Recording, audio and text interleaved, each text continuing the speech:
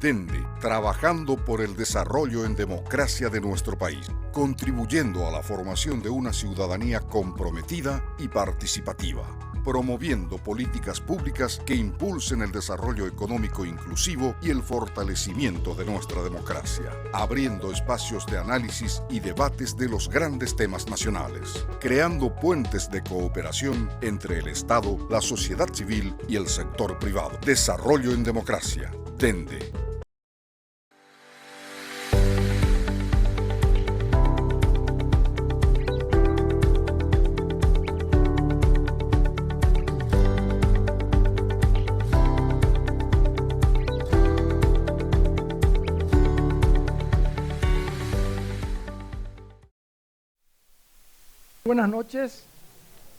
Buenas noches, bienvenido a Perspectiva Dende 2023-2028. Un saludo especial a las autoridades, a la presidenta interina del Banco Central, al miembro del directorio del Banco Central, a los amigos del cuerpo diplomático, amigos, amigas, realmente es un placer verles a ustedes aquí en este evento que se ha convertido un poco ya en una tradición de Dende. Es un evento que hacemos 2 veces al año, donde miramos la realidad, el presente y sobre todo intentamos ocultar un poco el futuro. Este evento comenzó hace 20 años básicamente con un cariz económico. Era perspectivas económicas, básicamente, y lo que hablábamos era César Barreto, que es el economista jefe, director de Dende, fue ministro de Hacienda, ¿verdad? Y hablaba yo. A medida que pasó el tiempo nos dimos cuenta de la importancia de la política. Lo sabíamos, pero después lo sospechábamos antes, pero después nos fuimos dando cuenta que era importante. Nos dimos cuenta que es imposible una buena economía sin una buena política, ¿verdad? Entonces, el factor político también se incorporó al análisis. Y ahí lo invitamos a Estelita Ruiz Díaz, nuestra analista política, que se sumó a este grupo para dar también una mirada política. Este año es un año muy especial. Este es un año donde básicamente la política hace que lo dividamos en 3 partes. Hasta abril fue un periodo de elecciones, de abril a agosto es un periodo básicamente de transición, con muchas incertidumbres. Y de agosto en adelante asume el nuevo gobierno. Y los primeros meses son importantes. Eso lo implementó en 1932-33, creo que Roosevelt, cuando asume la presidencia de Estados Unidos en plena Gran Depresión, y instala el concepto de que había que tomar muchas medidas urgentes en poco tiempo, en los primeros 100 días. Y de hecho hizo eso, sacó como 15 leyes, que después se convirtió en el famoso New Deal, que fue la forma que Estados Unidos enfrentó la Gran Depresión. A partir de ahí quedó ese concepto de los primeros 100 días, como que los 100 primeros días es donde el presidente tiene un periodo todavía de luna de miel, que tiene todavía reciente el triunfo en las elecciones, entonces es el momento de poder pasar leyes, tener aprobación del Congreso. Terminado ese periodo de luna de miel se va complicando la cosa, ¿verdad? Si no se pudo hacer en 100 días, parece como que es más difícil hacer después, ¿verdad? Entonces, este es un año, repito, de 3 partes. Una primera parte electoral, una segunda parte de transición y luego una tercera parte que va a ser ya del gobierno del nuevo presidente, ¿verdad? También nosotros queremos siempre dividir, cuando hablamos, la palabra política es una palabra que no representa exactamente en español lo que sí en inglés. En inglés se divide claramente la política en 2 palabras diferentes. La politics significa la política electoral. Esa es un juego diferente, diríamos, donde hay que ganar elecciones. Eso fue lo que vivimos hasta el mes de abril. Y en inglés le dicen policy a la segunda parte, que es gobernar. Las políticas públicas, decimos en español, la política educativa, la política de salud, la política económica, es la segunda parte. Esta perspectiva de hoy va a ser bastante sui generis, repito, porque el año es sui generis, y también hemos pedido, justamente a raíz de que el año es sui generis y sobre todo es un año político, hemos incorporado y también le hemos pedido su presencia a José Tomás Sánchez. José Tomás es politólogo, tiene una maestría y tiene un doctorado en Cornell, en Estados Unidos. Y creo que esta combinación entre José Tomás y Estela nos va a dar una visión muy interesante de la política. Él nos va a dar un poco la visión del bosque, vamos a ver la tendencia, las grandes tendencias, hacia dónde pueden ir las cosas, ¿verdad? Y Estela nos da un poco la visión del árbol, ¿verdad? De cada cosa, que es lo que pasa en la realpolitik ahí en el día a día, ¿verdad? Entonces creo que con el análisis de ustedes dos va a permitirnos mirar de lejos y mirar de cerca, ¿verdad? Y vamos a ir también mechando nosotros con el tema económico, si bien este es un año que pareciera que está bastante hecho en cuanto al crecimiento y en cuanto a los resultados del año, porque dependemos mucho de la soja y la soja salió muy bien, ¿verdad? Pero sí le pediríamos a César un análisis más de largo plazo. Vamos a mirar también el 2023, pero sobre todo queremos mirar los próximos 5 años, a la luz de enormes desafíos que tiene el próximo gobierno, que básicamente habla de un crecimiento del Producto Interno Bruto en forma importante. Tal vez se quitó un poco de contexto eso que declaró el presidente electo de duplicar el PIB en 5 años, pero claramente hay una intención de crecer más rápido, pero también hay una intención de tener mayores déficits y tener también posiblemente más deuda, ¿verdad? Entonces, sobre todo eso, a mí nos gustaría mucho que César nos pueda reflexionar, ¿verdad? Otro tema importante para ir ya entrando en el tema realmente es saber de que este gobierno va a asumir en una situación muy diferente a la que asumieron los gobiernos anteriores. Situación de un entorno mundial y regional diferente. Fíjense que en la década del 90 asume Rodríguez Guasmosy, en plena era de que había caído el muro de Berlín. La década del 90 era la era empieza la globalización, el mundo unipolar, se habla de liberación, de libre comercio. Ese fue el periodo de la década del 90.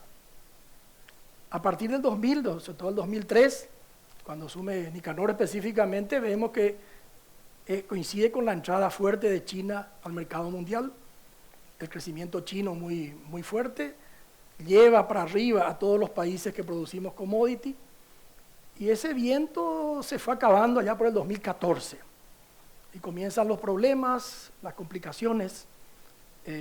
Tenemos un enfrentamiento cada vez más marcado entre Estados Unidos y China. Siempre la realidad internacional se ve a través del enfrentamiento eso decía Allinson, un profesor de Harvard, que en el 2015 sacó a relucir un poco la teoría de Tucídides, que decía que siempre el enfrentamiento entre una potencia dominante y una potencia emergente explica un poco la dinámica de lo que pasa en el mundo. Y bueno, en este momento tenemos esa situación. La pregunta que se hace Allinson es si realmente este enfrentamiento puede procesarse de alguna manera que no llegue a un enfrentamiento, porque estamos ya en una era nuclear, ¿verdad? De hecho, en la Guerra Fría el enfrentamiento se procesó y terminó como un jaque a la reina, diríamos, sin que haya un enfrentamiento bélico. Pero este proceso de enfrentamiento está trayendo una desglobalización que afecta profundamente los principios sobre los cuales se construyó todo ese periodo en la década del 90 de globalización. Yo suelo decir siempre, cuando hablábamos con César inclusive sobre el tema de Venezuela, cuando comenzó la crisis en Venezuela y comenzó a escasear cosas fundamentales, como por ejemplo el papel higiénico, cosas básicas que no había, realmente uno se ponía a mirar y el gobierno venezolano podía importar eso, tenía recursos para importar. Lo que no podía era distribuir. Un tema fundamental en la sociedad libre es básicamente la distribución. Para que yo me pueda ir a cenar a un restaurante en el último piso de un hotel y comer carne con ensalada y con vino, la logística es tremenda. Hay que producir la carne, hay que traer la carne, hay que llevar hasta el último piso. O sea, toda esa logística es la base del sistema económico capitalista, diríamos. Esa logística se construyó a partir de la globalización. Y en la medida que estas dos grandes potencias empiezan a enfrentarse, a separarse, hay toda una redefinición de la cadena logística. Ya no ubico yo mi fábrica donde es más barato producir. Tengo que ubicar mi fábrica en un lugar que esté cercano al centro de consumo, ¿verdad? Tengo que ubicar mi fábrica en un lugar que sea amigo de mi centro, de mi casa matriz, ¿verdad? Empieza a haber ya no es la lógica económica la que va a impulsar, ya es una lógica más política, ¿verdad? Entonces, ese impacto de este proceso de desglobalización que estamos teniendo tiene su impacto en la economía, sumado al COVID, sumado a la guerra de Ucrania, sumado a las turbulencias bancarias que hubo en Estados Unidos. Todo eso hace un cóctel bastante complicado, que no es, repito, ese escenario tan favorable, por ejemplo, que recibió Nicanor, cuando el viento a favor comenzó a soplar fuerte y a todos nos iba bien. A todos nos iba bien. Entonces va a tener un entorno internacional complicado y también un entorno regional complicado, porque nuestros dos grandes vecinos están con problemas. Argentina, todos sabemos, no hace falta hablar mucho, un estado de estanflación, de inflación alta y de estancamiento, una crisis que va a pasar años para que se vaya procesando. Y Brasil también, Brasil está estancado hace mucho tiempo.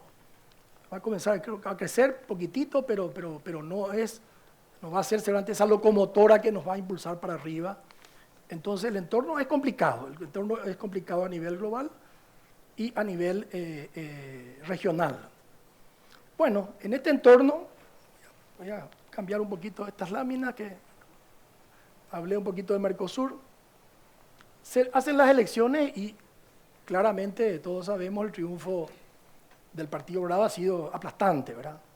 Tanto en la elección presidencial como en las elecciones del Congreso y también las gobernaciones.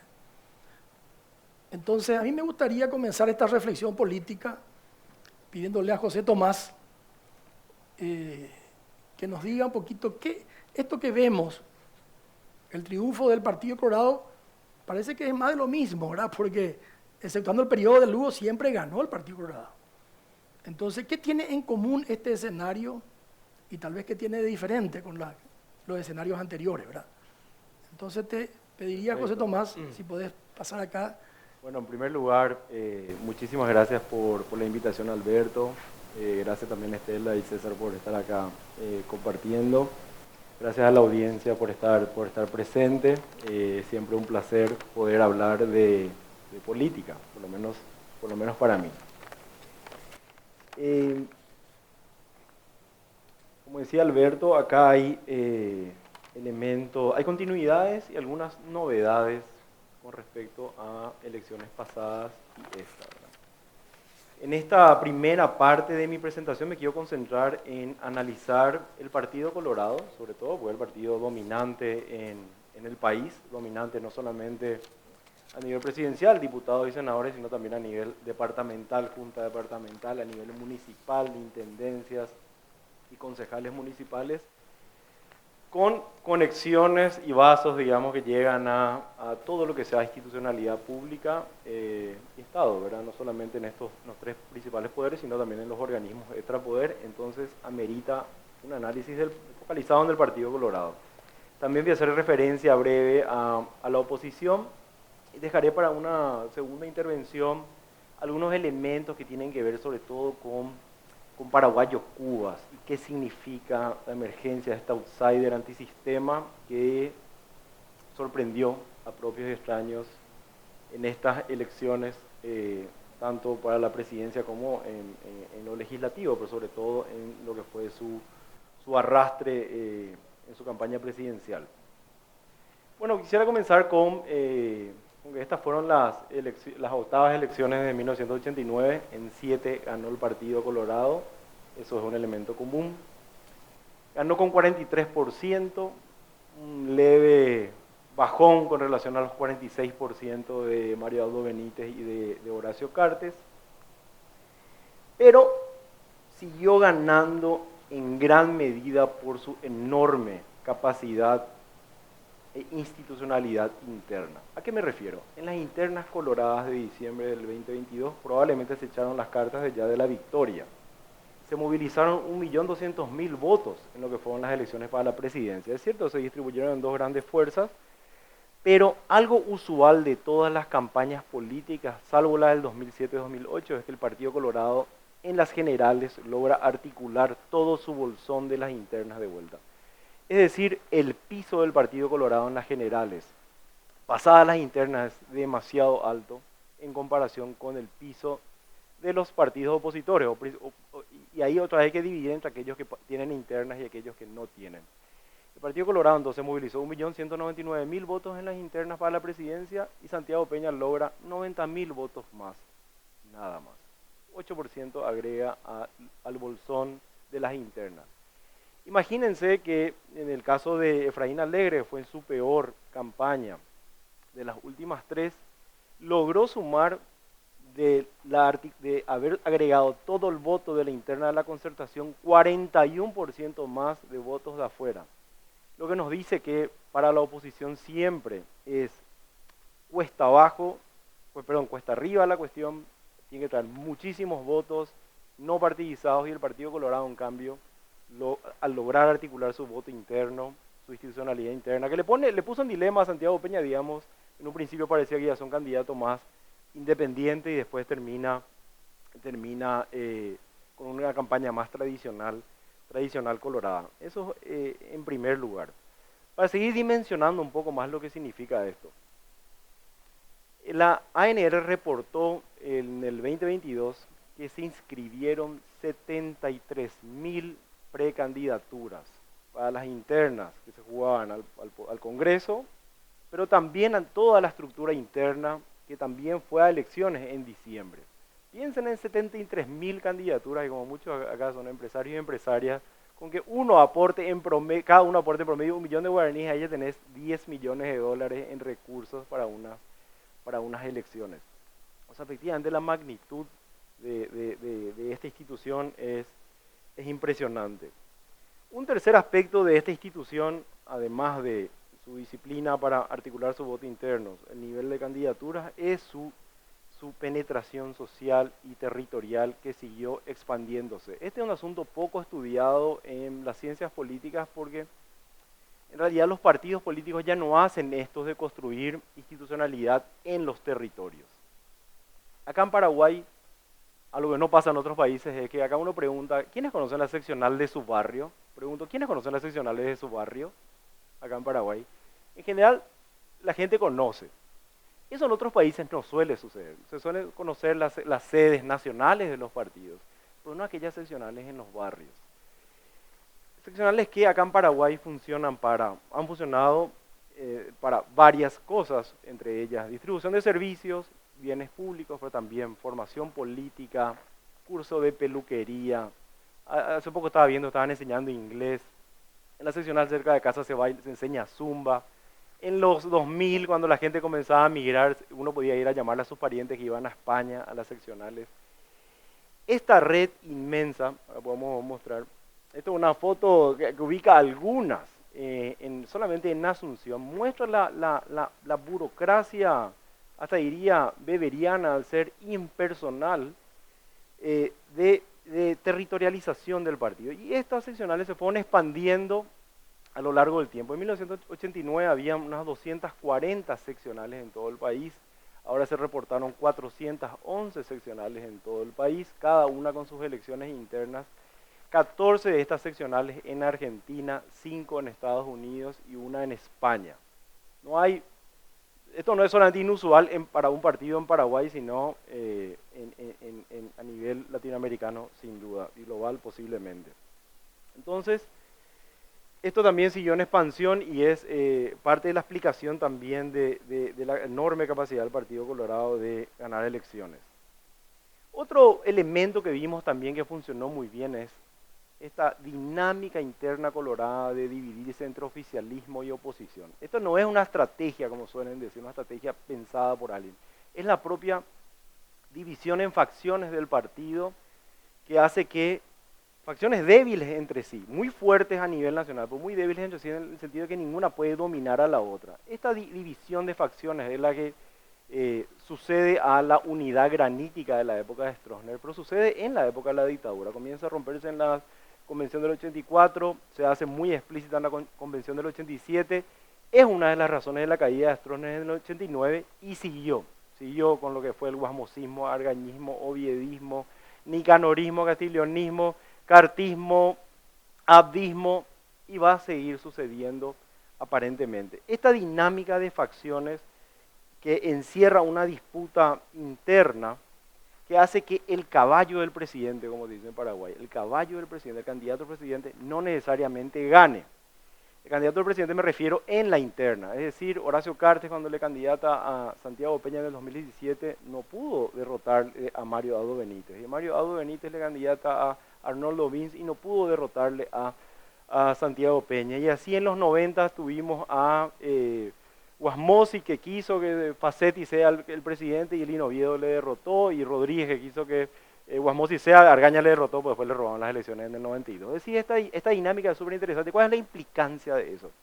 La implicancia de esto es que el partido logra disputar la idea de cambio en el sistema político, y eso fue muy importante para pelear en estas elecciones contra la Concertación y contra Payo Cubas. Solamente un detalle.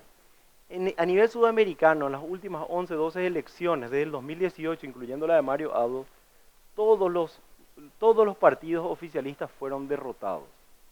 Todos. Es decir, los de izquierda y de derecha, en Ecuador, Perú, Brasil, Argentina, todas las elecciones del 2018 para acá. Los politólogos latinoamericanos suelen ubicar a Paraguay como la excepción, diciendo que no, en Paraguay se mantiene el oficialismo, pero en realidad el oficialismo es derrotado en las internas coloradas. Y eso le da una pujanza muy extraordinaria realmente al partido. Y es algo que nos puede hacer pensar, sobre todo, en qué va a pasar en el 2026-2027 cuando se comience a realinear las fuerzas internas otra vez y probablemente exista una contestación fuerte al gobierno de Santiago Peña. Algo nuevo, algunos elementos nuevos, no sé cómo estamos de tiempo, estamos bien. Algunos elementos nuevos. Uno, en esta dinámica muy fluida interna del Partido Colorado, los expresidentes no lograban subsistir como fuerzas políticas. La expresidencia, ser expresidente de la República en Paraguay es una suerte de exilio interno. Nicanor reinauguró otra etapa, digamos, porque está designado constantemente a funciones, pero de este exilio interno muy pocos salieron. Por primera vez, un expresidente gobierna el Partido Colorado, que es el caso del presidente Cartes, y consolida un movimiento fuerte que ya, digamos, pasado varios años de lo que fue su gobierno, 5 años, ¿no? Del 2018 para acá. Eso es una novedad y hay que ver qué implicancias tiene, ¿no? En segundo lugar, otra novedad es que es la primera vez que el Partido Colorado logra los 23 votos, al menos los 23 votos necesarios en el Senado, sin tener una disputa a muerte entre caudillos. En el 98 habían logrado ya 25 senadores. Con 23 uno tiene la mayoría de los 45 senadores. Pero había una disputa a muerte entre caudillos. Y se fracturó el partido, de hecho, de Marzo Paraguayo, después de la salida de lo que fue UNACE. Ahora es la primera vez que lo hacen sin esa disputa feroz. Además, estos 23 senadores, cada uno tiene su marca de cuántos votos tuvo.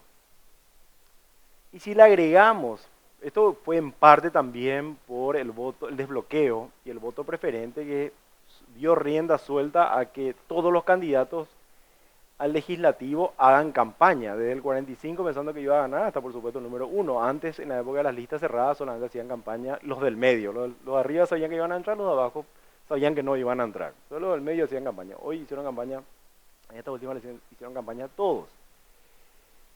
Eso alimentó, por supuesto, la fuerza legislativa, de las candidaturas legislativas del Partido Colorado, al punto que, así como sucedió en Asunción, donde la lista de concejales tuvo más votos que el intendente, el candidato a intendente, ahora de vuelta, la lista al Senado tuvo más votos que el candidato a la presidencia, le superaron a Santiago Peña.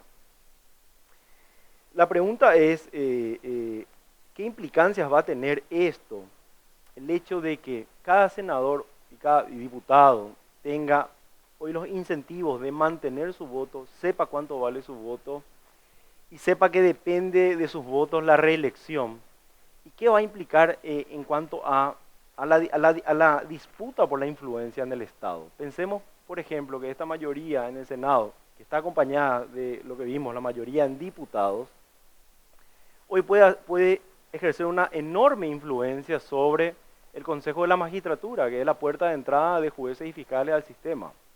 En el jurado de enjuiciamiento de magistrados, que es la puerta de salida, es de donde básicamente se les aprieta, el famoso aprieta a los fiscales y jueces, se hace desde ahí. Hay que ver qué implicancias tiene ahora el tener esta mayoría colorada tan fuerte con legisladores que no van a jugar necesariamente en equipo, porque cada uno tiene además sus intereses personales. En resumen, la fuerza política del Partido Colorado, gracias a su institucionalidad y también a poder canalizar las demandas de cambio, parcialmente al menos, le llevaban a este resultado de tener 23 senadores, o sea, el 51% de la Cámara del Senado, 60% de la Cámara de Diputados. A nivel de gobernaciones, tienen 15 de 17 gobernaciones, es decir, 88%. A nivel de legislativo departamental, tienen 156 concejales departamentales, es decir, el 60%. Si sumamos lo que fueron las elecciones municipales del 2021, tienen el 60%, 62% de las intendencias, y tienen 3.426 concejales municipales, es decir, el 62% también. Entonces, lo que tenemos de evidencia en realidad es que este no es un sistema bipartidista, como se suele catalogar en los países europeos, donde básicamente el bipartidismo es un sistema donde hay dos partidos que alternan en el poder. Acá es un sistema de partido dominante, no partido único, pues sí partido dominante, donde está muy consolidado quien está arriba, y está muy consolidado el segundo lugar, que es el Partido Liberal, al que me referiré ahora brevemente. Del lado de la concertación, el Partido Liberal hizo dos innovaciones interesantes.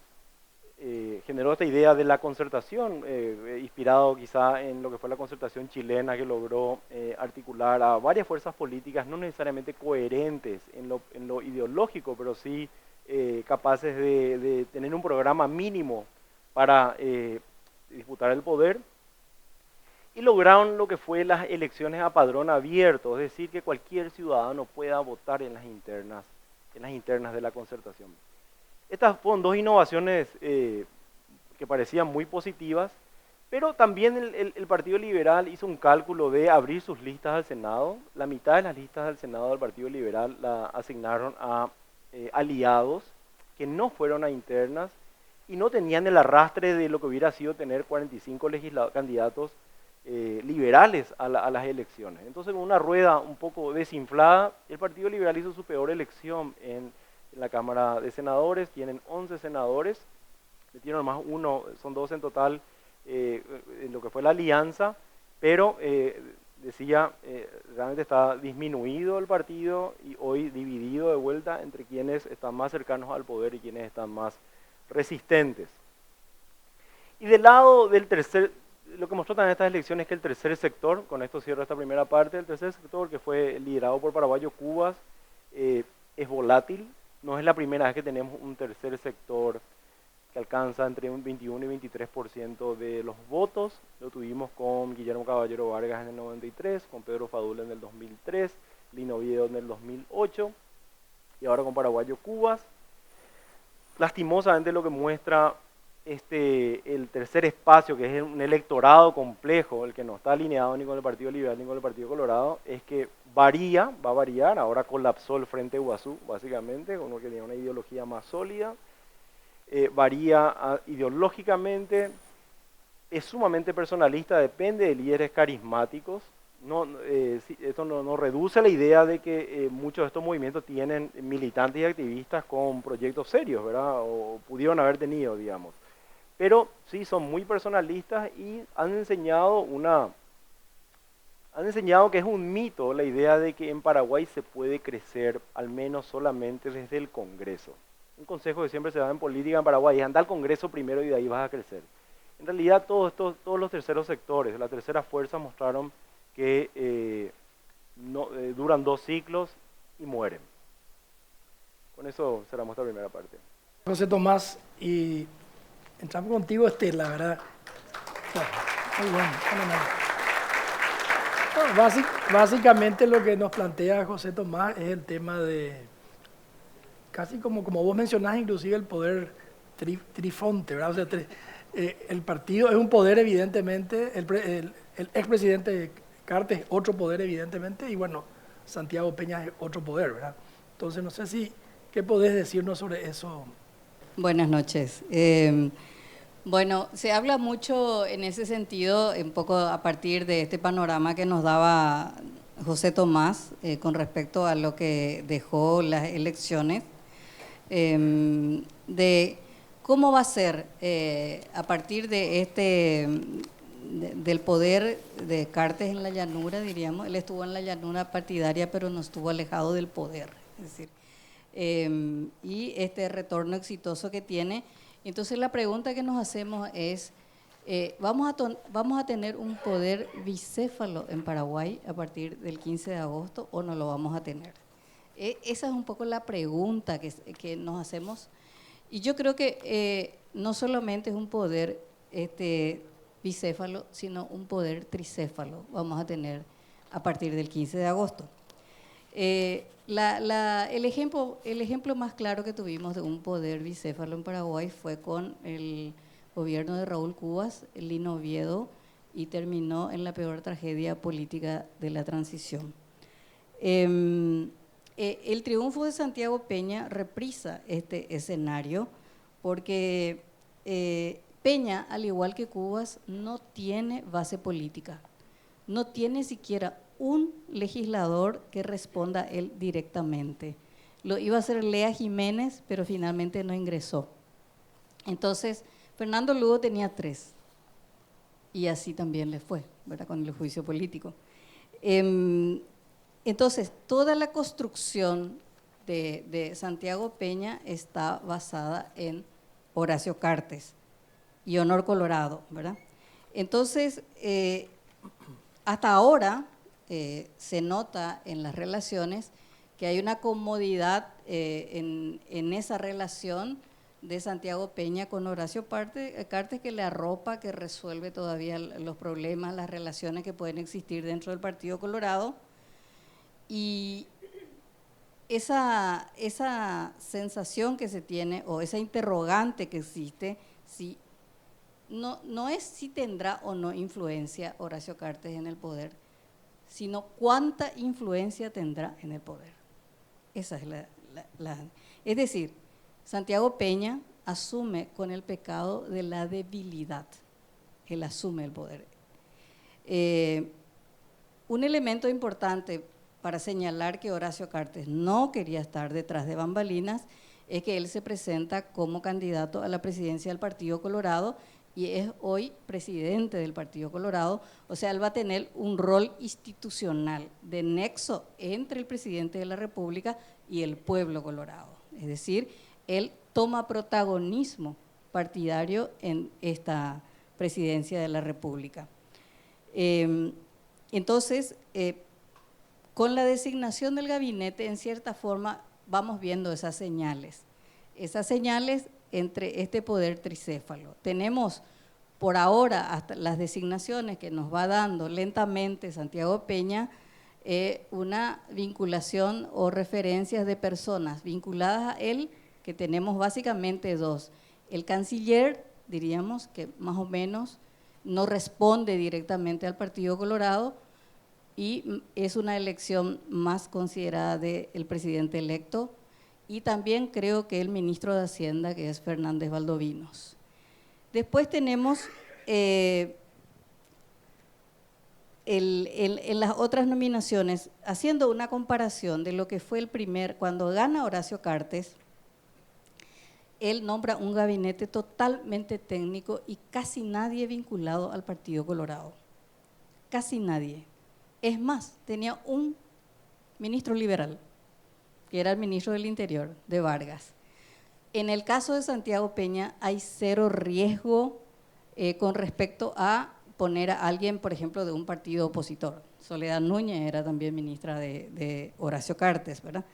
Entonces, Santi empieza repartiendo en su gabinete a personas vinculadas a él, diríamos, o que tienen su confianza, como las que les nombré, y gente vinculada directamente a Horacio Cartes, y también personas con peso político del partido, que obviamente, coyunturalmente están con él, como Enrique Riera, por ejemplo, coyunturalmente está con él, Barcini coyunturalmente está con él, pero son más hombres vinculados al Partido Colorado. ¿Cuándo se da cuenta del poder partidario Horacio Cartes? Cuando él asume en el 2013, asume como el salvador del Partido Colorado, por lo tanto tenía el control absoluto, y eso lo demostró en su primer gabinete absolutamente tecnócrata y alejado del Partido Colorado. En el 2017, cuando busca su reelección, y ahí ve la importancia del partido, y el hombre que vino a cambiar al Partido Colorado, el partido lo fagocitó, ¿verdad? Y él entiende la dinámica del partido y ahí empieza. De hecho, sigue cometiendo errores en el 2017, que pierde su candidato, porque su candidato no entendió todavía lo que significaba ese ser colorado, diríamos. Santiago Peña decía no al aumento a maestros, no al aumento a médicos, y eso le llevó a la derrota, y eso comprendieron perfectamente en estas elecciones. Entonces, en esta muestra del gabinete estamos viendo que se está pergeñando ese poder tricéfalo. En el gabinete de Cartes, en el gabinete con vinculación a Cartes, hay personas que diríamos tienen como doble fichaje, diríamos, empezando por el presidente mismo de la República, que tiene que desprenderse, porque tenemos a 3 personas que trabajan en el banco del presidente. El presidente electo, Fernando Valdovinos, que creo que sigue figurando al frente del directorio del Banco Basa, y Lea Jiménez. O sea, vienen. La ministra de Obras Públicas era gerente de una vialera de Horacio Cartes. O sea, la puerta giratoria que hay en este gobierno demuestra un poco el concepto de institucionalidad, el concepto débil de institucionalidad que tiene el nuevo poder. Porque Lea Jiménez fue viceministra de Obras en la época de Jiménez Gaona, luego va como gerente de la empresa de Cartes y ahora vuelve como ministra de Obras Públicas. Esto en cierta forma… perdón, Claudia Centurión, perdón. Entonces, por eso es que yo hablo del poder tricéfalo. O sea, hay una comprensión de parte de Cartes de que hay que darle su lugar al partido, y en ese contexto va a tener que gobernar Peña. Peña, que lo vamos a decir después al final, un poco qué es lo que se espera de él, está en este momento nadando, diríamos, entre lo que él quiere, lo que impone Cartes y lo que debe darle al Partido Colorado. En estos días debe salir el nombramiento del ministro de Educación, que probablemente sea el único nombramiento que no esté vinculado a Cartes o al Partido Colorado, y que sea una decisión autónoma del presidente de la República. Así que por eso es un poco que yo hablo del poder tricéfalo. Gracias, Estela. Cambiamos un poco el tema, vamos a irnos al tema económico. Vamos a dejar al final la parte de perspectiva de este año 2023, y me gustaría con César reflexionar un poco sobre los temas de política económica, ¿verdad? Básicamente, como mencioné en la introducción, este gobierno apunta a un crecimiento económico más acelerado, que el PIB crezca a tasas más altas. Y también dice que para crecer a tasas más altas, evidentemente va a requerirse posiblemente mayor déficit. Y hacen una relación entre que el déficit no es tan importante si crece el PIB, ¿verdad? Evidentemente, si el índice va a permanecer igual si el PIB crece, al igual que la deuda, ¿verdad? Pero eso me enseñó un amigo hace mucho tiempo, cuando hacíamos presupuesto en la empresa, que el ingreso siempre es una imaginación de que va a venir. El gasto es lo concreto, ¿verdad? Entonces, algo parecido pasa en el presupuesto nacional, ¿verdad? Los gastos, la deuda es lo concreto, la expectativa de crecimiento es una expectativa, ¿verdad? Entonces, Este tema de un crecimiento acelerado no es un tema menor porque en base a eso está anclado los otros temas, ¿verdad? También la creación de empleo, 500.000 empleos. Me gustaría una reflexión tuya, César, sobre estos temas. Si es que podemos entrar un poquito en la parte ya más económica. Dos cosas. Uno, el tema del crecimiento, ¿verdad? El crecimiento es un resultado, efectivamente es un resultado, no es una variable de control, digamos, ¿verdad? No es que yo lo controlo así como yo quiero, ¿verdad? Puedo hacerlo por ahí en un periodo muy corto de tiempo, pero en el mediano y largo plazo responde normalmente a variables que son muy estructurales. La inversión privada, la inversión extranjera, un conjunto de cosas, digamos, el capital humano, las mejoras en la productividad, una serie de cosas que con el gasto público nomás lastimosamente no se resuelven, porque si fuera solamente con deuda y con gasto público, de los 210 países en el mundo, 210 serían países ricos, ¿verdad? O sea, hay algo que vos no resolvés solamente con gasto público, hay cosas que son muy estructurales, ¿verdad? Yo leí más o menos lo que dijo el presidente electo de Santiago Peña de duplicar el PIB en los próximos años, dijo. Yo no creo que haya dicho en su periodo de gobierno porque él sabe que eso no es posible, por lo menos ni siquiera inflando el gasto público con deuda masivamente, no es posible, ¿no?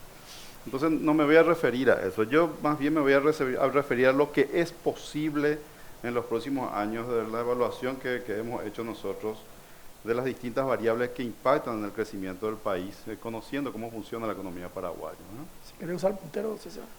Sí, yo hice,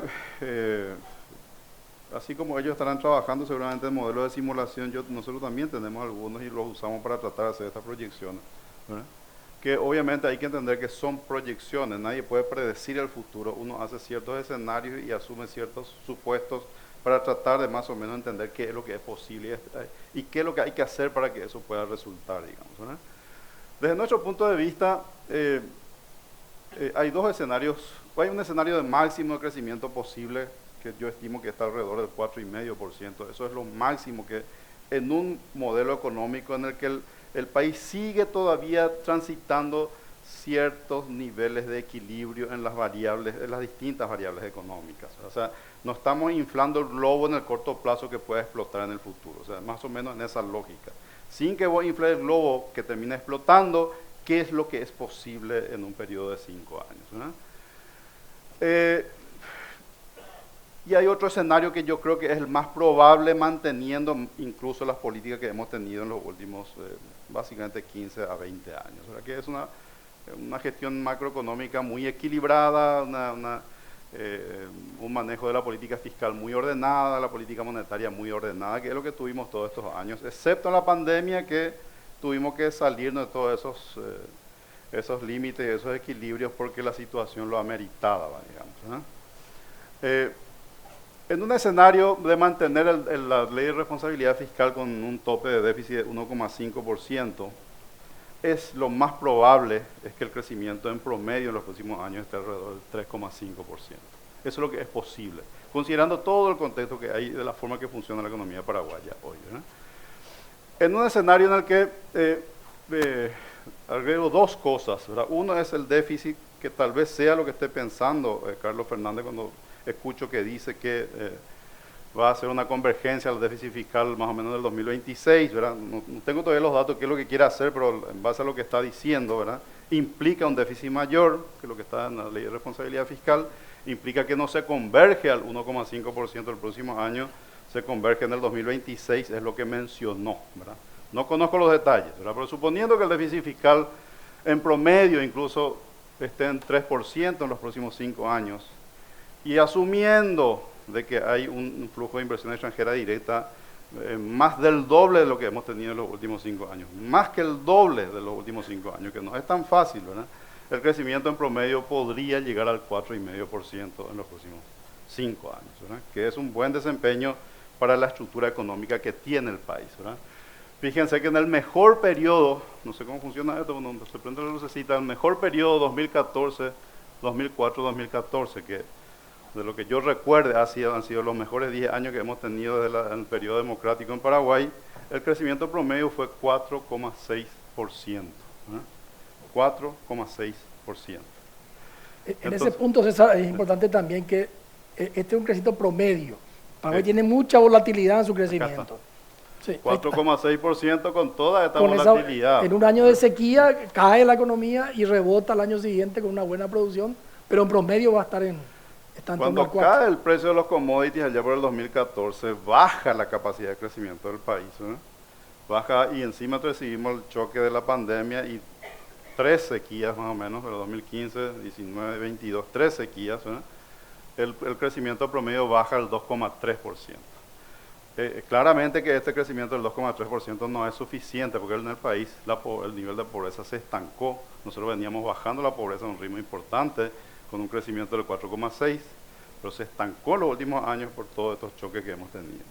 Si logramos crecer 4,5%, para mí va a ser un éxito enorme. De vuelta la pobreza se va a reducir, vamos a seguir más o menos la misma tendencia que habíamos traído antes. Pero en estos rangos es que está. Lo único que me preocupa a mí aquí es el tema de que pareciera ser que la deuda es la única variable disponible para hacer que esto pueda ocurrir. Y eso es lo que me preocupa, porque nos puede llevar a un ciclo político, económico muy complicado que nosotros no hemos tenido en los últimos 15 años o 20 años. Hemos eliminado en gran parte ese ciclo político-económico. El ciclo político-económico implica de que los gobiernos inflan la economía a través de la deuda, y eso va a llevar en algún momento a que alguien tenga que corregir tiene que desinflar eso, ¿verdad? Pero el problema es quién es el político que va a hacer el desinflaje. Nadie quiere desinflar. Todo el mundo quiere inflar, pero nadie quiere desinflar, ¿verdad? De hecho, para mí, lo que le puedo reclamar al gobierno de Mario Abdo, que enfrentó una pandemia, 2 sequías, o sea, todo fue choques, ¿verdad? Es que él, y eso yo se lo dije, así que tengo la autoridad moral suficiente para decirle, su plan de convergencia a la ley de responsabilidad fiscal fue equivocado. Tenía que haberlo hecho en el 2022 como máximo, ¿verdad? Al pasarlo a otro gobierno, el nuevo gobierno ya dice, no, pero acá a mí me dejan para que yo arregle esta situación, y ya se crea todo un escenario en el cual el déficit no es luego lo que es, el déficit es más alto, la convergencia tiene que ser más larga, ¿verdad? Pero en realidad, en la práctica, todos los gobiernos quieren usar este recurso para tratar de impulsar más la economía, porque esto de poner la plata en el bolsillo de la gente, qué sé yo, está todo relacionado con esto, digamos, ¿verdad? Pero la realidad es la realidad nomás, ¿verdad? Lo que a mí me preocupa es que con muchas dificultades, muchos de nosotros, desde el 2003 en adelante más o menos, alcanzamos un acuerdo mínimo sobre algunas políticas económicas que se plasmó en 2 cosas. Uno es un Banco Central que prácticamente se independizó en estos 20 años, ¿verdad?, de la política. Y segundo, la aprobación de una ley de responsabilidad fiscal que pone un límite al ritmo de crecimiento de la deuda, que es estabilizante, no es desestabilizante, es estabilizador, digamos, ¿verdad? Y estos instrumentos solo tienen credibilidad si es que es respetado por distintos gobiernos, ¿verdad? Si un gobierno lo implementa y el siguiente gobierno que viene ya lo rompe, ¿verdad?, y ya no lo respeta, el instrumento ya no sirve más. Entonces, si nosotros por lo menos no cumplimos el plan de convergencia que se determinó en este gobierno que está saliendo, se baja el déficit fiscal al límite del 1,5% el próximo año, la ley de responsabilidad fiscal pierde absolutamente credibilidad. Ya no sirve como un instrumento de coordinación de expectativas y de previsibilidad para los agentes económicos privados, porque nosotros tenemos que seguir proyectándonos hacia adelante, ¿verdad? Entonces, cuando uno se proyecta hacia adelante, ¿en qué me anclo yo para decir de que el déficit va a ser 1, 2, 3, 4, 5, 6, 7, 8 o 10, ¿verdad? Porque puede ser 10 si es que una situación política económica lo requiere en algún momento determinado, ¿verdad? Por eso es importante esto, ¿verdad? Creo yo que si no se cumple eso, se rompe. Y se rompe ese consenso mínimo que alcanzamos hace unos 15 o 20 años atrás, que más o menos funcionó hasta ahora y nos trajo hasta aquí y creo que funcionó bien porque una de las bases del éxito que hemos tenido estos 20 años ha sido esto. Hemos manejado bien esto. Hubo cierto consenso entre todos que esto era lo razonable. Sabíamos que se podía emitir más deudas a todos, sabíamos que todo se podía hacer, digamos, siempre puedes hacer, ¿no? Pero nos restringíamos pensando que estábamos haciendo algo que es mejor para el mediano y largo plazo de la evolución de la economía. Entonces, Ahí tiene una proyección, César, de deuda sí, y de... pero, sí. yo también un modelo de simulación que se llama dinámica de la deuda, que no le puedo explicar acá, pero es un tema muy técnico, en el que uno más o menos, esta cuestión de que la sostenibilidad de la deuda en planilla de Excel aguanta todo, como este gráfico. Este gráfico está construido en base a una planilla de Excel con algunos supuestos, ¿verdad? Un supuesto de déficit del 1,5%, que es el azul, y un supuesto de déficit del 3% anual, que es el rojo, ¿verdad? Pareciera ser que esto no explota, ¿verdad? O sea, ni con el déficit del 3% no explota. Y está incluido aquí de que hay más o menos una sequía cada 3 años, ¿sí? Que es lo que típicamente nosotros tenemos, y eso impacta al déficit por efecto del choque climático, ¿verdad? El problema es de que vos no sabes qué es lo que te va a pasar aquí, vas a tener una pandemia de vuelta aquí, ¿eh? Si tenés una pandemia de vuelta aquí, esta cosa cambia totalmente, como cambió en esta parte. Fíjense, todo este salto que pega aquí el nivel de endeudamiento es por la pandemia. Entonces, para nosotros, desde mi punto de vista, cuando uno administra políticas públicas, administra recursos de todos, ¿verdad? Hay que ser prudente. La principal, el punto de partida es ser prudente, ¿eh? La prudencia es el punto de partida. Y yo me tengo que preparar para cualquier escenario que me venga en el futuro. Si yo estoy preparado, como estuvimos en el 2019, para enfrentar una pandemia y nos endeudamos y hicimos todo lo que hicimos y más o menos salimos a flote sin grandes daños por todos lados, ¿verdad? Es porque estábamos preparados. ¿Y estábamos preparados por qué? Porque manejamos con prudencia 15 años las finanzas públicas del país. Por eso nomás. Si no hubiéramos estado preparados, yo les aseguro que hoy estábamos hablando de otras cosas, ¿verdad? Porque si uno no está preparado para enfrentar una pandemia, termina en crisis inmediatamente. Que el menos preparado fue Argentina, el otro menos preparado fue Bolivia, el otro menos preparado era Brasil, el otro menos preparado era Ecuador. Todos sufrieron muchísimo, ¿no? Los que estábamos más preparados, Paraguay, Chile, México, hasta ahí más o menos, ¿verdad? Salimos mejor parados que todos desde el punto de vista económico. Perú y Chile tienen problemas políticos distintos, pero económicamente ellos están muy, muy sólidos, ¿no? Es lo que te puedo decir en este momento. O sea, el primero, duplicar el PIB en 5 años no está dentro, ni siquiera rompiendo todas estas cosas, digamos, ¿no? No está dentro de la posibilidad. No creo que él haya dicho eso. Yo creo que, obviamente que en los próximos años sí vos podés duplicar el PIB, ¿verdad? Pero puede ser en dólares más o menos en un periodo de 20 años, ¿verdad? Pero de hecho, el PIB per cápita, con este tema de la nueva estimación, va a aumentar el PIB per cápita. Sí, ¿Puedes comentar? El PIB per cápita va a subir cuando saquen los nuevos datos del censo. Había sido que somos 1 millón menos de personas en Paraguay, entonces el PIB per cápita se calcula con 7.500.000 personas, por ahí, ¿verdad? Creo que por ahí más o menos está. Somos 6.500.000 más o menos, un poquito menos, entonces el PIB per cápita real estaría en $6.500 por ahí. Pero nuestro peer group de países es Perú, Colombia, República Dominicana, ese es nuestro peer group, ¿verdad? O sea, ¿con quiénes somos comparables? Con esos países, digamos, ¿verdad? De hecho, los calificadores de riesgo cuando nos comparan, agarran esos países que son muy similares a nosotros, en práctica de informalidad, PIB per cápita, en todo, ¿verdad? Con eso nos comparamos nosotros. Te hago una pregunta, si bien es tema de la segunda ronda, el grado de inversión, ¿cómo estás viendo de este escenario? Depende. Pues si yo hubiera sido el responsable de conducir esto, yo hubiera priorizado el grado de inversión. ¿Por qué? Porque el crecer 4,5% es mucho más sano si es que nosotros aumentamos la inversión extranjera directa, que es 0,7% del PIB en promedio. Fíjense, en 2015, 2022, 0,7%. Habíamos alcanzado 1,2% en el 2004-2014. Si yo llevo ese al 2,5%, casi estoy asegurando el crecimiento del 4,5% sin más deuda externa. Entonces, ¿qué hace falta para eso? Grado de inversión. Yo tengo dudas hoy, y eso es un tema preocupante, porque el sector forestal es oportunidad para el país, ¿verdad? Con la planta de celulosa, qué sé yo, pero la planta de celulosa ya postergó su inversión para el año que viene por el costo financiero que tiene el proyecto. O sea, un proyecto que de 4.000 millones de dólares que tiene que tomar deuda por 3.000, un punto de tasa es gravitante, ¿verdad? Cuando el grado de inversión implica esas cosas, ¿verdad?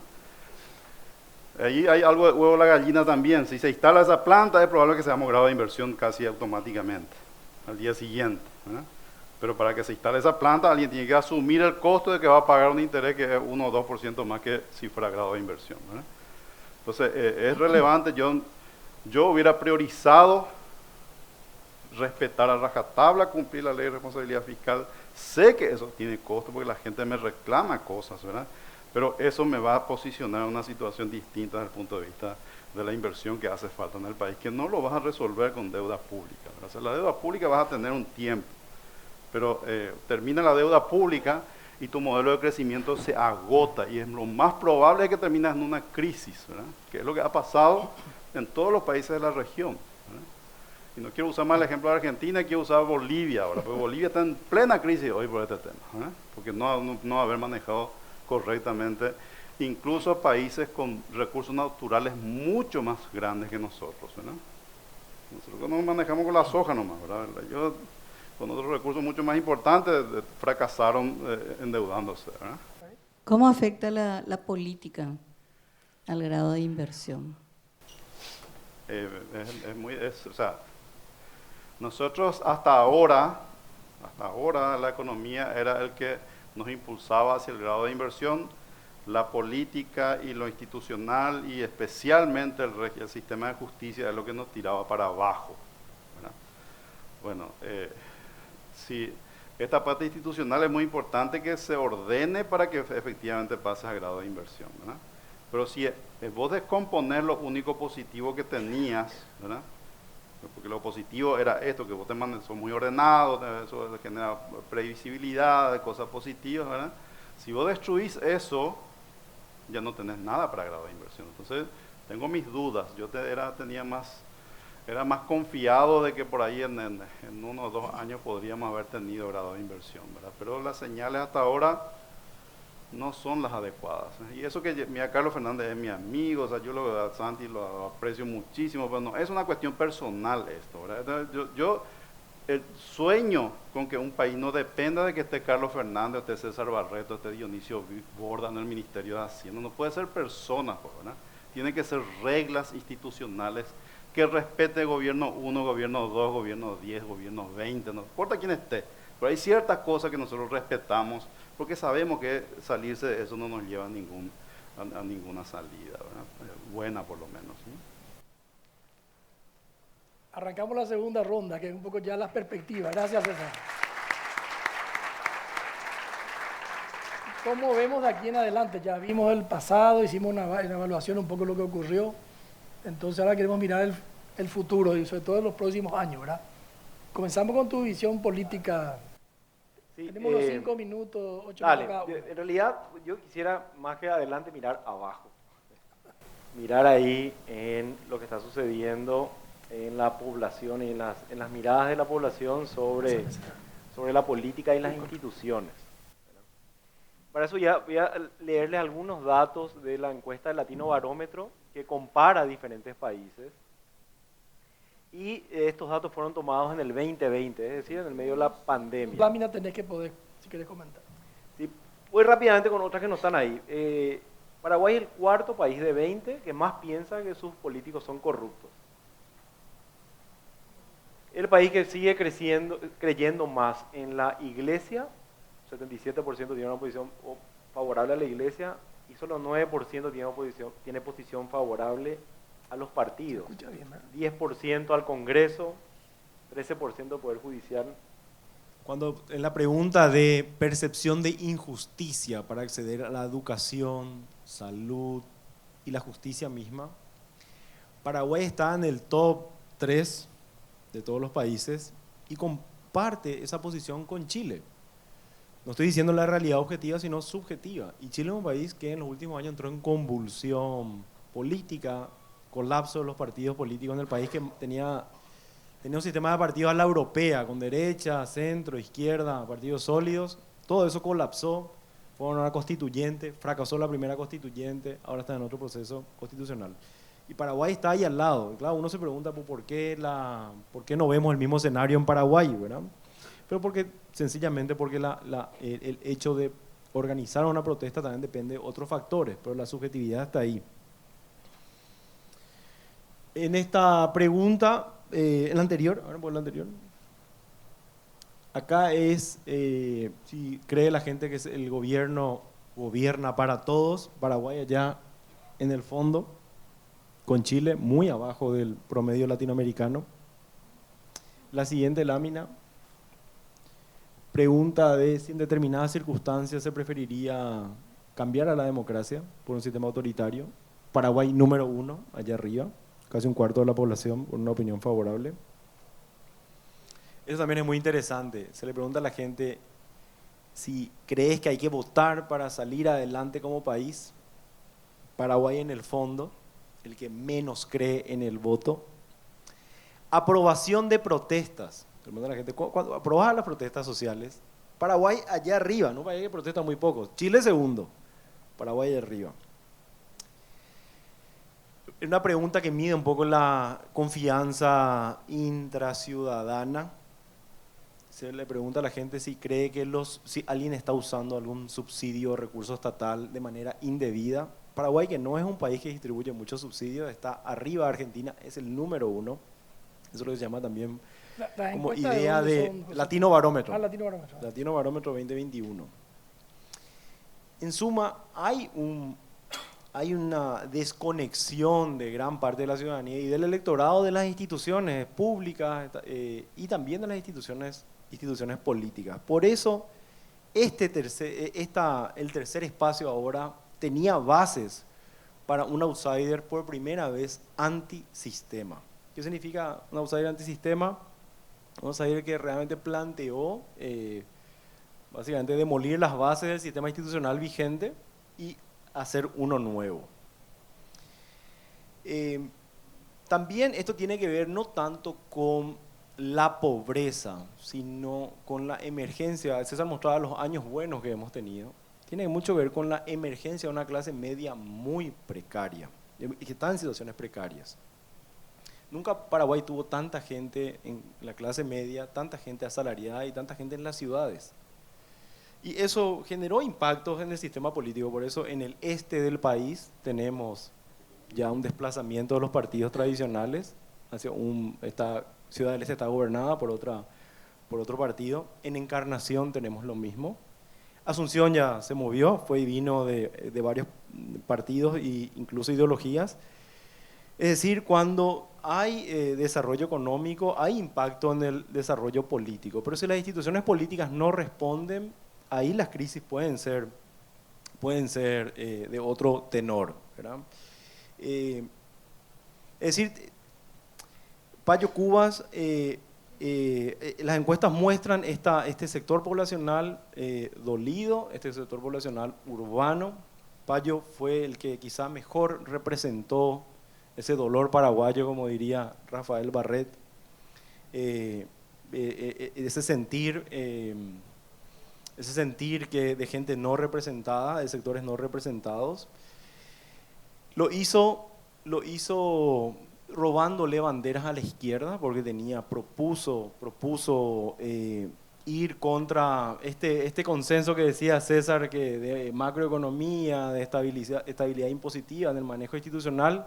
Payo fue, no, acá hay que redefinirlo con un latifundio, 30% impuesto a la soja, propuestas de izquierda en lo económico y de derecha en lo político institucional, de ultraderecha, digamos, incluso filofascista, ¿verdad? Porque podemos pensar que había diferencias abismales quizá entre Efraín Alegre y Santiago Peña, pero en el fondo había algunos consensos de que ninguno propuso salirse mucho del sistema institucional, los dos propusieron políticas públicas que resuelvan los problemas de la gente y los dos se acusaron de que el otro no podía gobernar bien el sistema. Payo fue el que vino con una idea de constituyente, una idea de revolución, una idea de fusilar a quien no cumple la ley, de, avanzar con la gente sobre aquellos que detengan un proceso de cambio. Pero lo hizo también o desde un problema radical que tiene su fuerza política, que se ve eso en el Congreso hoy también. Paraguayo Cubas no es un organizador, no es un Luis Ignacio Lula da Silva que te puede organizar un sindicato chiquitito, una central sindical en un país como Brasil, o un gobierno, un partido político y un gobierno. Paraguayo Cubas se parece más a, si alguno está curioso, leerle a Velasco Ibarra, fue presidente en Ecuador 5 veces, 4 veces lo sacaron antes de que termine su mandato. No dejó ni un partido político, no podía vertebrar su movimiento. Todo lo que él decía era, denme un balcón y seré presidente. Paraguayo Cubas busca ese balcón, pero no tiene las características para vertebrar su movimiento. Ahí la pregunta para adelante es, bueno, ¿será que alguien más le puede dar esa vértebra? Podemos pensar, es cierto, el movimiento sindical que organizaba a sectores de los trabajadores en los 80 y 90 colapsó, el movimiento campesino entró también en crisis. Es interesante que la Federación Nacional Campesina, el movimiento campesino más fuerte que sigue en el país, en el 2018 levantaba muchas de las banderas antisistema que hoy levanta Paraguayo Cubas. Y en el 2023 se hace pro sistema y va con un partido y apoya la concertación. Se cruzaron con Paraguayo Cubas, pero hoy seguro habrá un debate.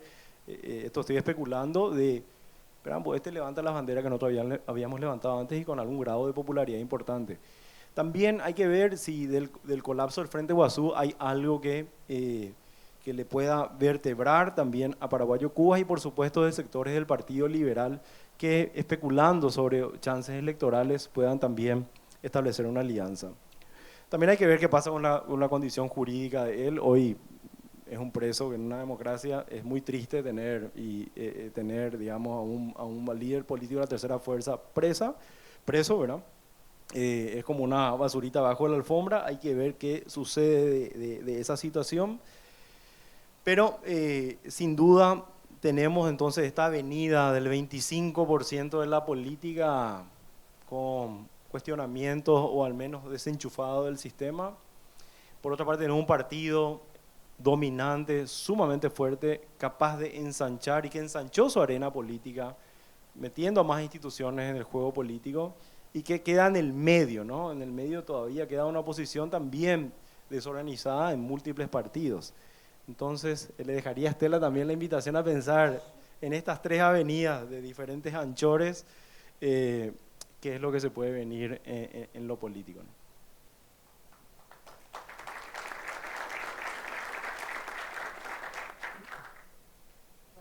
Ahí yo engancharía un poco con la gobernabilidad que construyó el nuevo gobierno, que aparte de lograr la unidad dentro del partido, que no es fácil, también logró incorporar a otros sectores, es decir, fue mucho más transversal, diríamos, el apoyo que logra para lograr esta mayoría legislativa, que es un poco la gran batalla que tiene un presidente de la República, porque en Paraguay el peso del Congreso es muy grande. Demasiadas decisiones del Ejecutivo dependen sobre todo del Senado, por eso la gran batalla siempre es el Senado.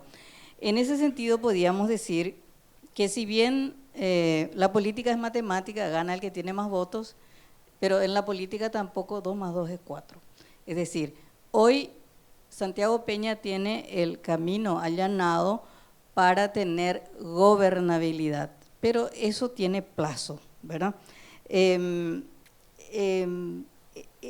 Su mayoría parlamentaria incluso le da a él la herramienta necesaria para aprobar lo que plantee sin siquiera debatir con la oposición, porque tiene mayoría propia en ambas cámaras. En diputados luego arrasaron, ¿verdad?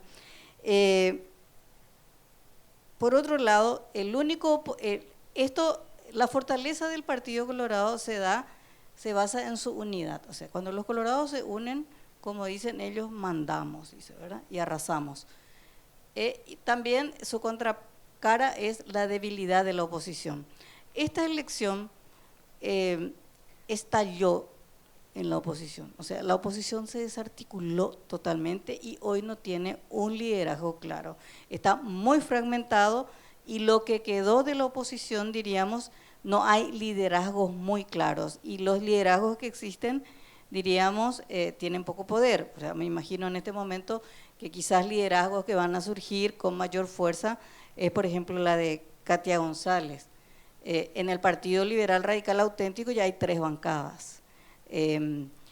Pero, como decía, hay también una balcanización del Congreso. Si bien hay, en este momento hay una mayoría construida para que él empiece su gobierno, y creo que hasta fin de año va a tener un gobierno tranquilo y un Congreso que va a aceptar sus propuestas, la balcanización de su propio partido es un problema.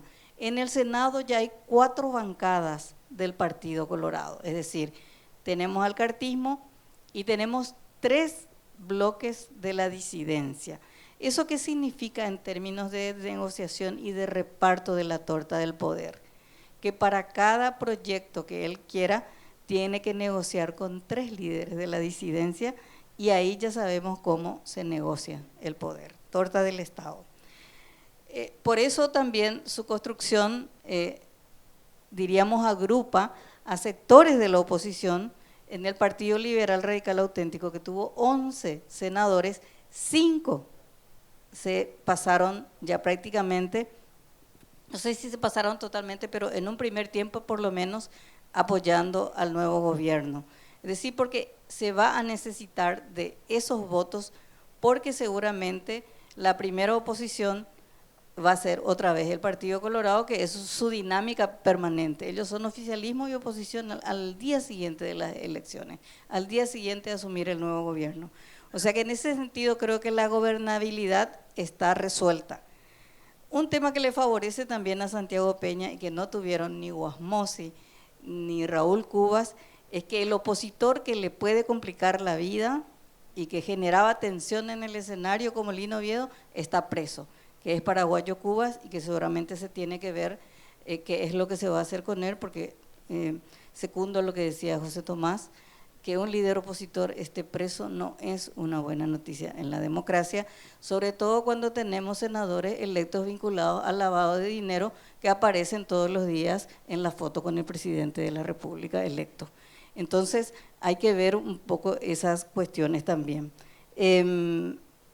Por ahora está allanado el camino y yo quisiera agregar que en esta construcción de mayoría se hablaba mucho del copamiento del poder, del cartismo.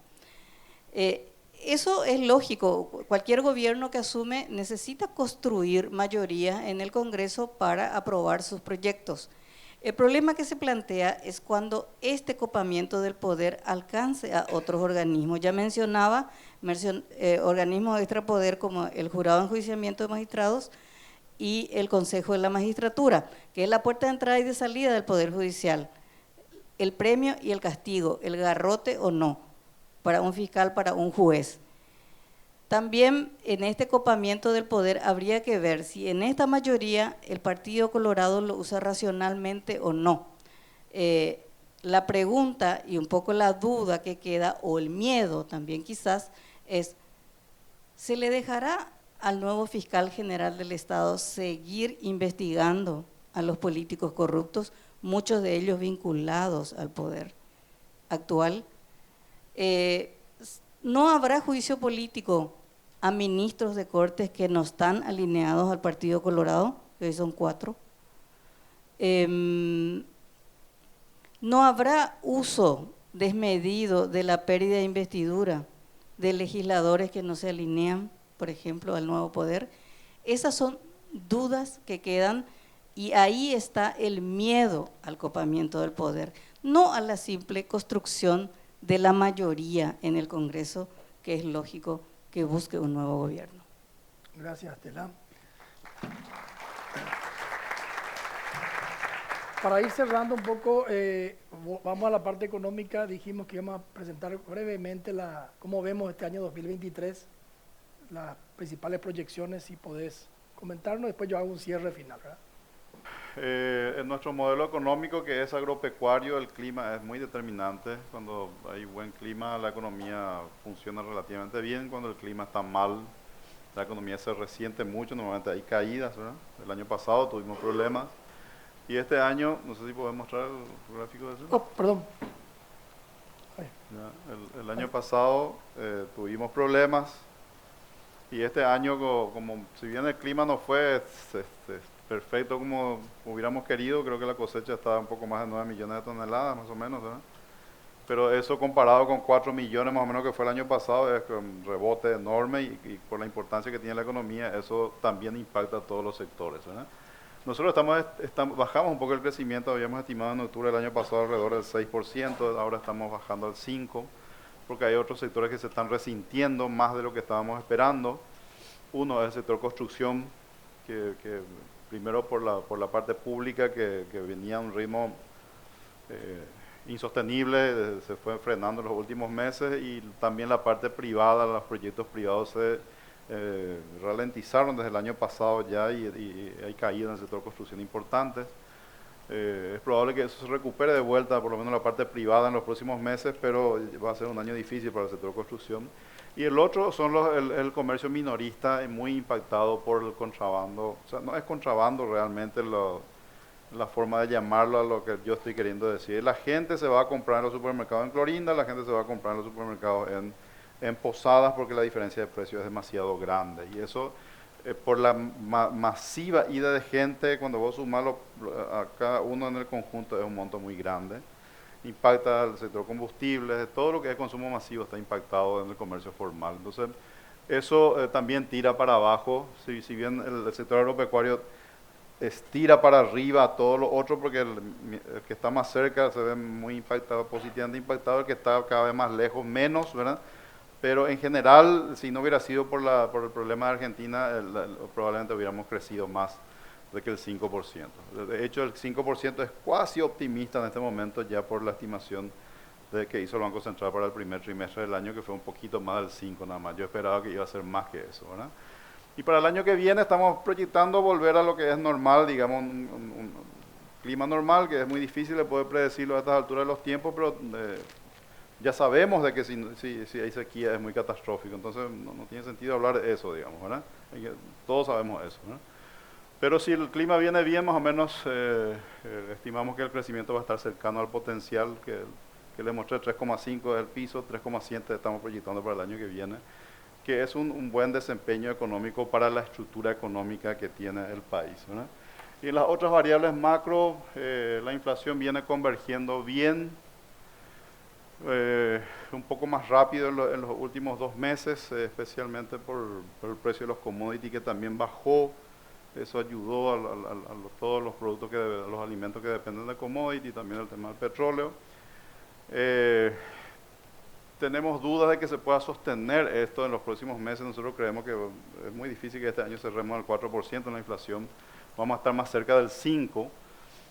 Con el dato que salió ayer del Banco Central, la proyección del modelo que yo uso me da un poco menos del 5% al cierre de diciembre y convergiendo hacia el 4% hacia primer cuatrimestre del próximo año aproximadamente. Pero, o sea, la inflación, si bien escucho que los periodistas, por ejemplo, hablan en estos tiempos, todo el día, por alguna razón están atacando mucho al Banco Central en este tema del cálculo del IPC, que me parece que no tiene sentido, es un camino sin sentido el que están siguiendo allí, ¿verdad? Descalificar la medición de la inflación para decir que no tiene ningún sentido, o sea, para aumentar el salario mínimo más alto, ¿verdad? O sea, si el salario mínimo ya no lo podemos pagar hoy, o sea, el salario mínimo de hoy no podemos pagar, que no tiene ningún sentido hablar de que hay que aumentar más el salario mínimo si el actual apenas le llega al 20% de la fuerza laboral. No tiene ningún sentido esa discusión, ¿verdad? Pero lo están haciendo, ¿verdad? Y me preocupa un poco eso porque la gente, como su bolsillo está muy tocado, ¿verdad? De este tipo de cosas prende muy fácilmente en la gente. Hay que tratar de contrarrestar eso porque a nosotros que estamos más en el sector empresarial, a nosotros no nos conviene que haya una implosión social por este tipo de cosas porque nos impacta más tarde o más temprano, viene el golpe y es muy difícil de manejar, ¿no? Recuerden el precio de los combustibles del año pasado nomás, ¿no? Eso podría haber sido desastroso iba a ser si es que no se hubiera revertido esa ley que se aprobó para subsidiar el precio de Petropar, no me acuerdo cuánto, 2.000 guaraníes por litro. Eso hubiera sido desastroso. Pero esas cosas te ocurren si es que hay una movilización de gente muy, muy fuerte, ¿verdad? El dólar está más alto, que algo que no entiendo muy bien todavía por qué. Este año el flujo de divisas es positivo. En la región en general las monedas se están fortaleciendo frente al dólar y nosotros aquí está, el de guaraní está más débil, ¿verdad? Hay de haber alguna cosa que nosotros no estamos viendo, puede ser en la parte del flujo de capitales, puede ser por el lado de que los productores de soja no han convertido los dólares a guaraníes, que es lo más probable que haya pasado, pero lo que sí que entran los dólares, pero no se refleja en el mercado de cambios eso, y hay una presión alcista más allá de lo que nosotros estimábamos, ¿verdad? No hay un descontrol, digamos, porque las variables macroeconómicas en Paraguay son ordenadas, los precios reflejan la realidad, reflejan los fundamentos en general, no es que hay desalineamiento que se requiere una corrección enorme, digamos, ¿está? Varía 7.200, 7.300, 7.400, en ese rango nomás son variaciones que son más normales y más ligadas a sus fundamentos, ¿verdad? Pero si los fundamentos hubieran funcionado como esperábamos que fuera, el dólar tendría que haber estado más bajo en este momento en Paraguay. Está más alto de lo que nosotros estábamos esperando. Creemos que este año va a estar con una presión más hacia arriba en el resto del año ya, ¿verdad? Pero nada que esté fuera del control, ¿no? Es más o menos lo que puedo decir. Yo un tema nomás quiero agregar al final ya para cerrar, por lo menos mi parte, ¿verdad? Ya, hacemos la última ronda de cierre. Hay una hora. Sí, sí, ¿verdad? no, Ok. no, terminamos. Empiezo yo entonces, ¿verdad? Empezamos. Yo ojalá el gobierno nuevo no entre a romper los consensos muy básicos que hemos alcanzado en el manejo económico del país en los últimos 20 años, ¿verdad? Si eso hacen, va a ser un gran aporte a la evolución del país a mediano y largo plazo, ¿verdad? Si deciden ir por un camino distinto en el que ya no estamos de acuerdo la mayoría en lo que se está haciendo está bien, no digo yo que vaya a una situación muy catastrófica ni muy complicada, pero el no haber una visión compartida de las cosas nomás ya es un problema, porque nosotros vamos a proyectar una cosa, ellos van a proyectar otra cosa y eso ya no es la misma previsibilidad que teníamos en estos últimos 10 a 15 años, en el que vos, cualquiera que hablabas en Paraguay más o menos te decía la misma cosa y eso generaba credibilidad a todo el mundo con quienes estábamos tratando y nos ha permitido venir hasta acá. Yo creo que lo que funciona, no hay que hacer experimentos que ya sabemos que no funciona, o sea, te puede funcionar 2 o 3 años, lo que sabemos es que no te va a funcionar 10 años, ¿verdad? Pero cuando vos entras en esos experimentos, no hay vuelta de salida. No hay vuelta de salida, ese es el problema, porque no hay ningún gobierno, ningún político que tenga los incentivos adecuados para retrotraer mientras él puede seguir con lo que se está haciendo. Ese es el problema, que falleció hace poco el Premio Nobel de Economía que habló del manejo de las expectativas y la inconsistencia temporal que hay en las reglas que uno quiere imponer en la economía.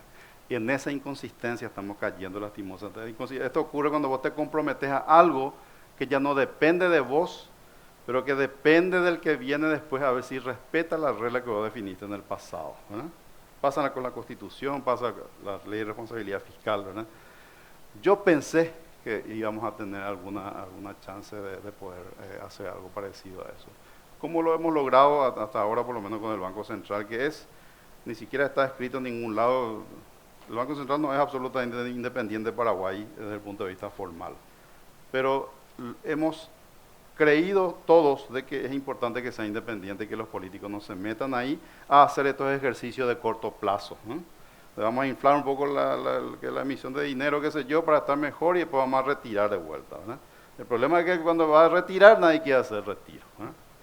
Y ahí ya empezamos a hacer en un ciclo de cual el retorno es muy difícil de predecir en qué momento va a ocurrir, ¿no? Como mensaje final. Gracias, César. Por el momento que estamos viviendo nomás, en el cual se están definiendo cosas que son importantes para el futuro, ¿no? José Tomás.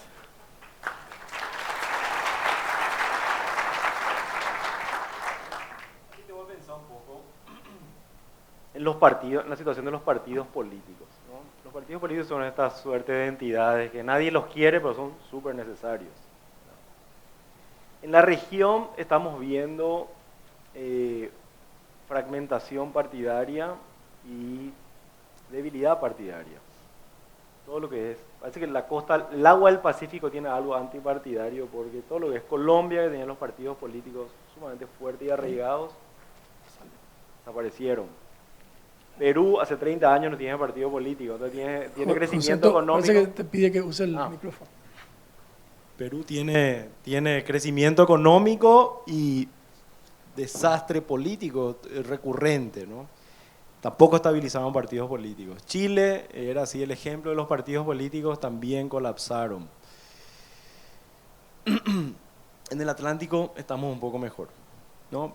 Acá mi temor sería que fuera del campo colorado no exista la posibilidad, o sea, muy difícil construir partidos políticos que puedan generar negociaciones más racionales que quizás no toquen estos acuerdos que decía César, que ojalá no se toquen, ¿verdad? Pero si la oposición colapsó, si son bichos sueltos en el Congreso que están ahí, como los de Cruzada Nacional, que vinieron hoy a decir, no, yo ya me desentiendo de ese partido, ¿no? Todo eso va a generar que básicamente en la arena de negociaciones sea todo dentro del Partido Colorado y lo que el Partido Colorado pueda estirar. Solamente que tenemos un Partido Colorado mucho más ensanchado hoy y hay que ver que si la fragmentación y la debilidad partidaria agarra, es el bicho que enferma a la oposición y no al partido, me pregunto cuál es el escenario que se viene. Por ejemplo, en Chile, Boric fue electo con 26% de los votos, creo. Lasso en Ecuador fue electo con 20% de los votos en primera vuelta, digo, ¿no? Castillo en Perú, 19%. Acá el presidente fue electo con 43%. No tiene esos problemas de legitimidad todavía.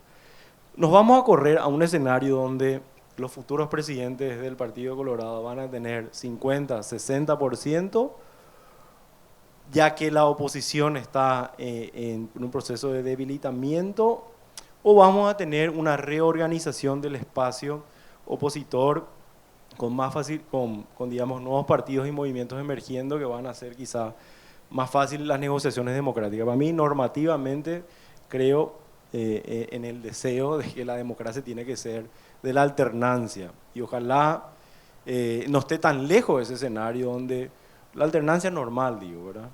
Donde podamos tener circulación política en el poder. Eso es sano, eso se comprobó como sano, lo contrario no es sano y bueno, y dejo esas interrogantes para el análisis futuro. Gracias.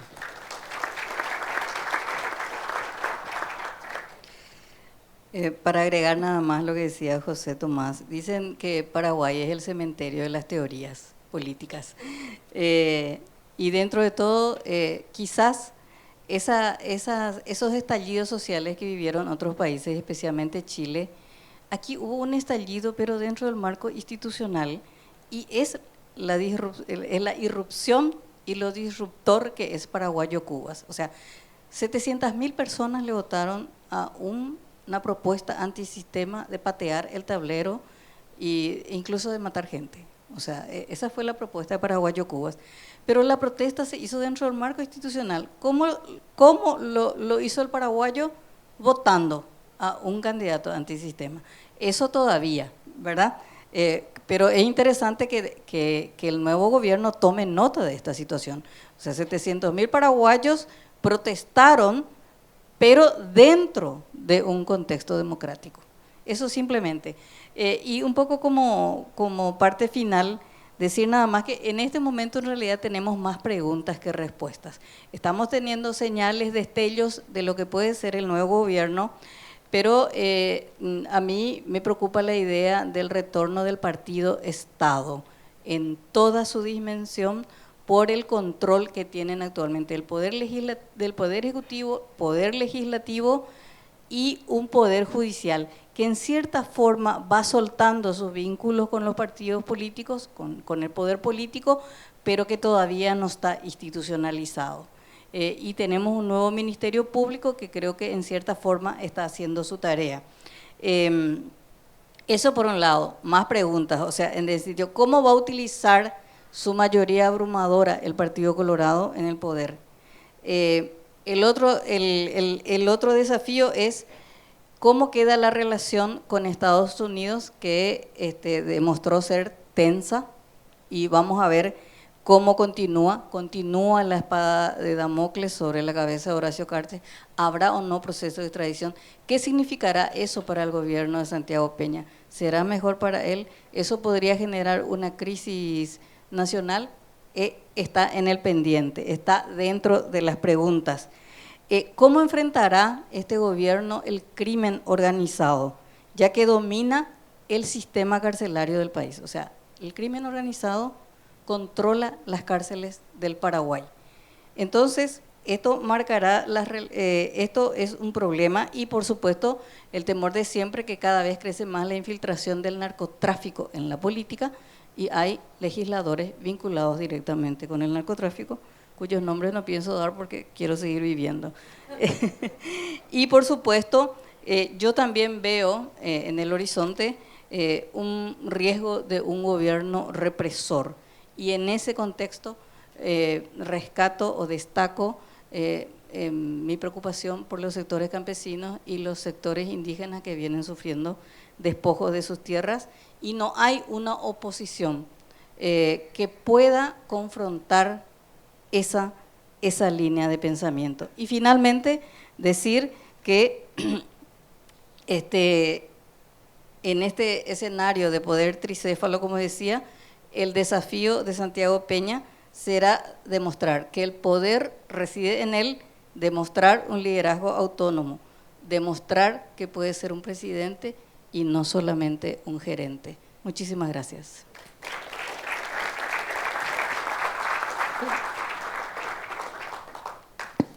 Bueno, muchas gracias Estela, gracias Joseto, gracias César.